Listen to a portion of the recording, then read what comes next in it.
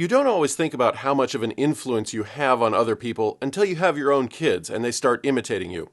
Or in the case of today's conversation, when you're a teacher and one of your students grows up to work at the very same place you did, doing the very same thing you did because of you. I'm Brian Johnson, and this is Nobody You Know.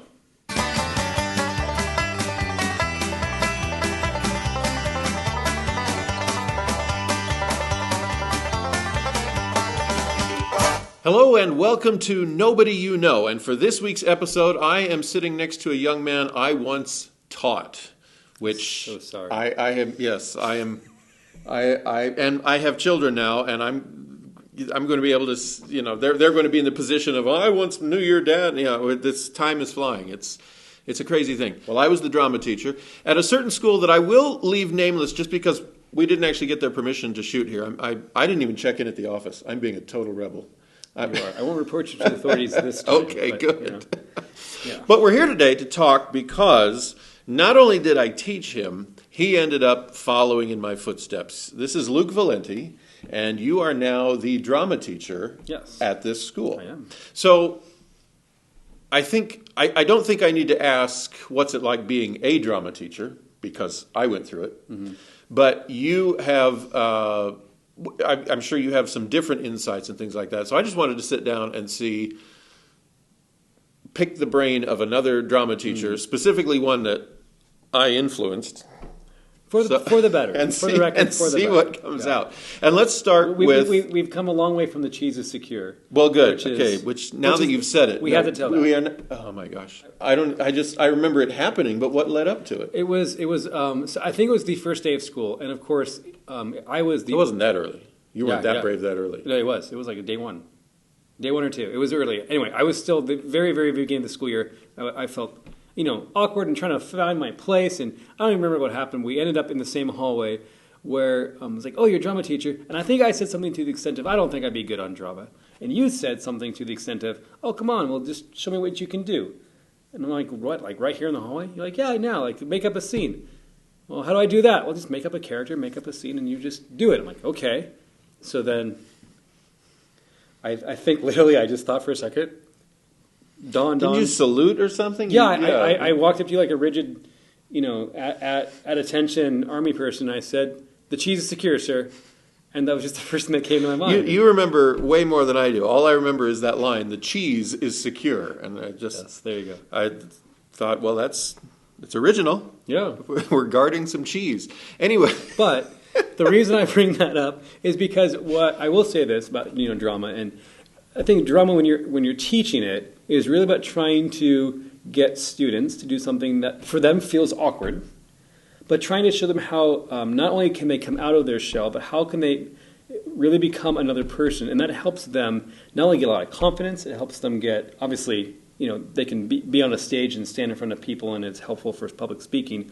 But I think drama is incredibly useful for students because it gives them confidence, it gives them security, but it also helps them just completely get out of their own self-absorbed, because when you're doing a drama, it's not about you. It's not about, it's about becoming somebody else for the sake of somebody else watching you.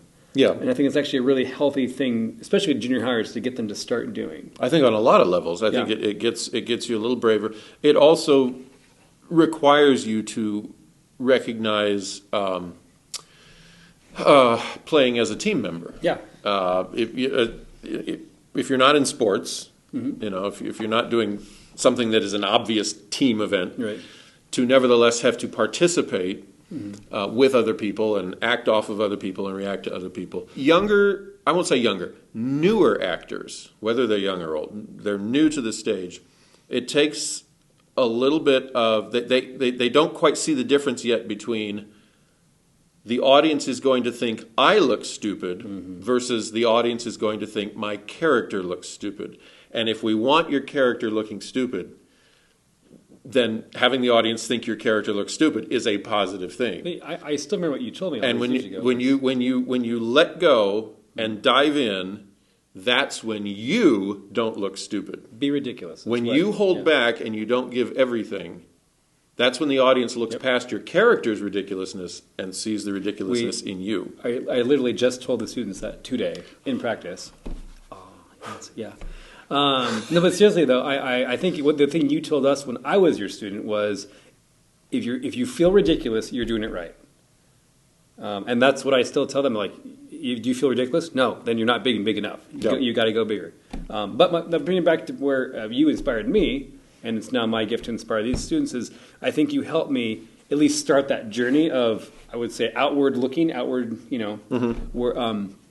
and from, the cheese is secure, as dumb and silly as that was, it really did give me the chance to go, oh, hey, maybe I can do this thing called drama, right? And then I eventually was in your drama class. It took another semester, I think. I wasn't in right away. But you were in the very first play.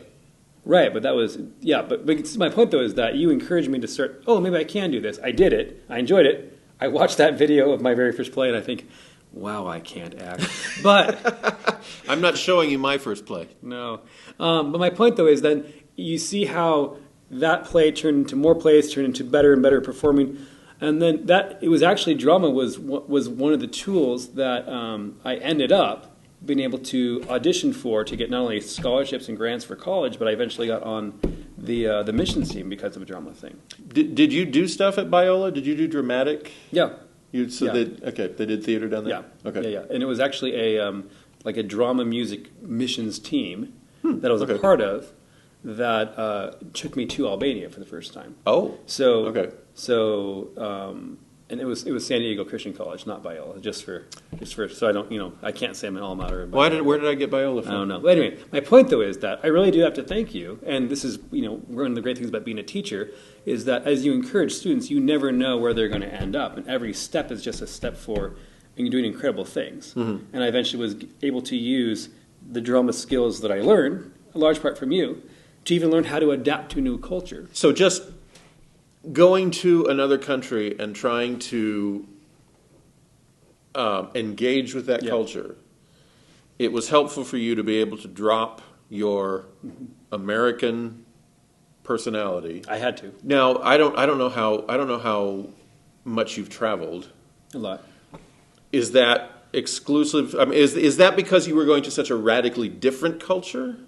If you tried to go to Great Britain, I think I still would. As an American, you still think there would be a wall between you and the British until you... There would have been interesting things that would have popped up at different moments. Right.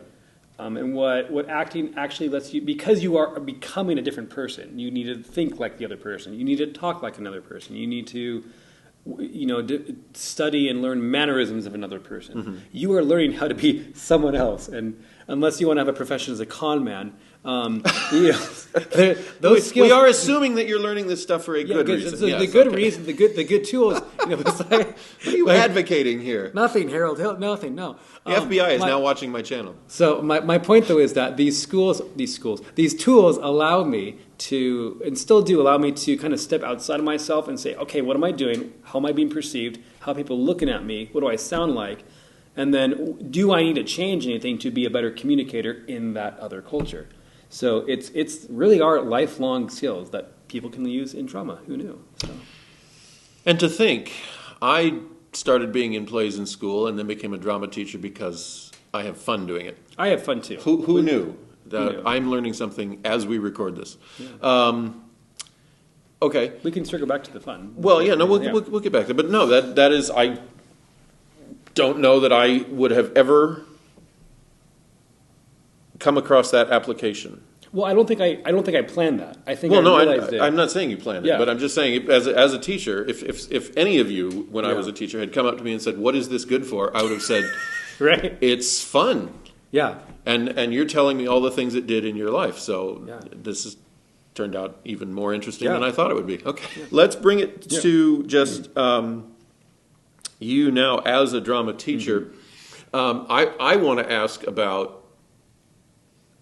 Because you are sorry about this. You are going further than I went by doing musicals.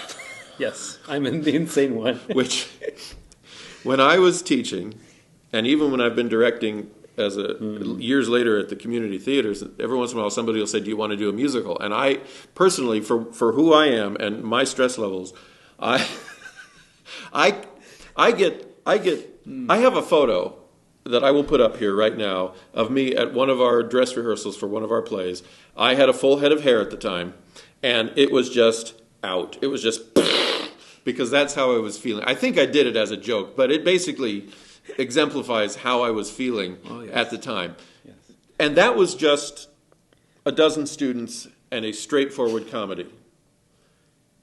What's it like? Oh gosh. This is why I thought this would be a good idea to talk about this. What's it like directing a musical? I've done some straight plays before, which I'm very, very proud of. I also directed The Importance of Being Earnest. Yeah. That was my first. That was your first That was acting. my first acting role. Yeah. But that wasn't your first directing, wasn't it? No, my first directing was also a ripoff of what you did. What was it? The elevator? It was the elevator one. Okay. Yeah. Anyway, so I have done stage plays, and to kind of get back to we don't want to leave them on the outside too. This is not just us reminiscing. No, sorry. So when you're trying to think of a play, it is you're doing this dance of what's going to be excellent, what do people actually want to see, but what's going to be appropriate for the cast and the student body that I have. And man, that's a hard dance sometimes. But what you do is you choose the show, you do your casting, you get your cast, and then it's really working to bring the best out of those actors and just push them forward and higher on their ability and their dramatic presence, so to speak. So that's true of any stage play, any musical or whatever. Like those are a lot of the same goals are there, right? Yeah. So why a musical? I just think it's because because I'm also primarily the music teacher. I'm secondarily the drama teacher. I'm primarily the music teacher. And so because I actually Poor thing. I love it though. So I actually my bachelor's is in music. Okay. And it was only, I think when I went to college, that's when I had my first experience acting in a musical. And it was so much fun. And one of the things that since one of my values is community building, one of the things that musicals does, it actually demands a broader, bigger community.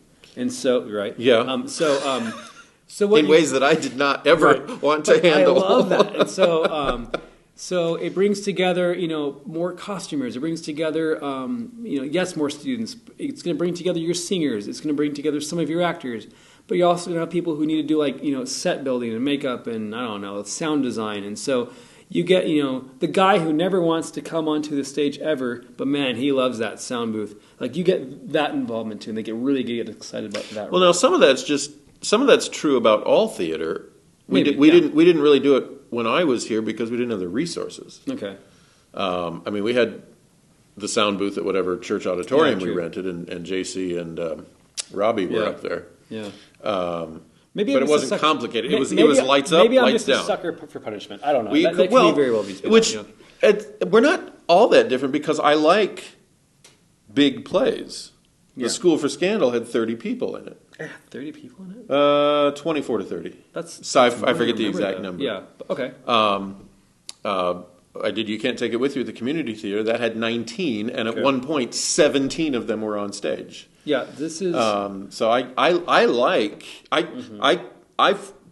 There are directors I know in town who love the two-person plays, like The Gin Game or Sunset Express. No. And I, as an audience member, I don't enjoy them.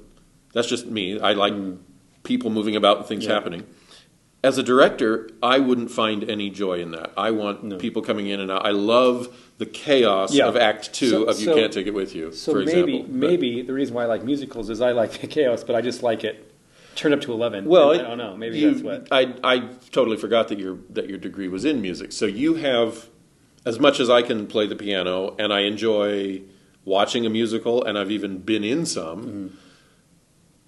The difference here is you really like to bring that into your creative your creative playground. Yeah. So what I love doing is community building, and that's really what I did in Albania too. Right. On the more religious level, but whereas this is community building, where I get to we have our 6th graders, 7th graders, all the way up through 12th graders. We have alumni, we have parents, we have homeschoolers and it's just so fun to have something so big that we need all of that help. Mm-hmm. And then they're really in good ways. They're rubbing off of each other and making each other better. Yeah. And so I love being able to offer something that the parents can be, because we have tons of parents, who did music or theater when they were little, and then now their parents are like, I don't have anything fun to do. It's just be chauffeur for my kids who are now in a million different activities. So this actually allows even parents and adults to go like, I can have fun again, and really recreate memories like they did when they were youth. And so it's been a fantastic experience for that. I still don't think I'd do a musical. So I would have to know that I had an incredibly competent crew. Well, I would not sit here and go, I think I'll do a musical. Okay. Let me go find the crew. No, I'd have to have a music director and a bunch of people come to me and say, Brian, let's do a musical. Yeah. So to be fair, this never would have happened. The other reason I like doing it is I love collaborating with other teachers. And so this is also, we're doing this after several years of collaboration with other teachers. And so it's also a fun thing that you get to work with your peers, and it's so much fun. And so I'm not doing the whole thing by myself. We have we have the stage manager, we have the choreographer, we have like the general house manager, and then there's me, which wears a lot of hats. But one thing that's I never would have attempted Seussical if I didn't have all these families or all these adults wanting to fill these roles. I'd have to know that was in place before I even chose a musical. You're right, though. Whenever I knew it was just me, straight play all the way. Yeah. I think even with all that help, you're a brave man. But all right, we'll leave it at that and let you get home, because you've been teaching all day. I barged in on their rehearsals, and he was already looking like he had enough for the day. So thank you, Luke, for joining me on Nobody You Know. If you enjoyed the program, make sure you click the like button on this episode, the subscribe button on the channel, the bell that gives you notifications every time I post a new video, which so far has been every Tuesday at 6 p.m. And then if you are interested in being on the program, send me an email at 10thandfur@outlook.com. Of course, on my budget, I'm limited to kind of within the state of Oregon for now, but we'll see what we can do as far as branching out and getting further there. I want to talk to all kinds of people, because it is this show's philosophy that you don't have to be famous to be fascinating. You do not have to be a celebrity in a new hit movie or a rock star promoting a new concert. Everyone is interesting if you dig hard enough. And we had to dig pretty hard today. No, yeah. I'm kidding. Okay. All right, I'm Brian Johnson. This is Nobody You Know, only now you do.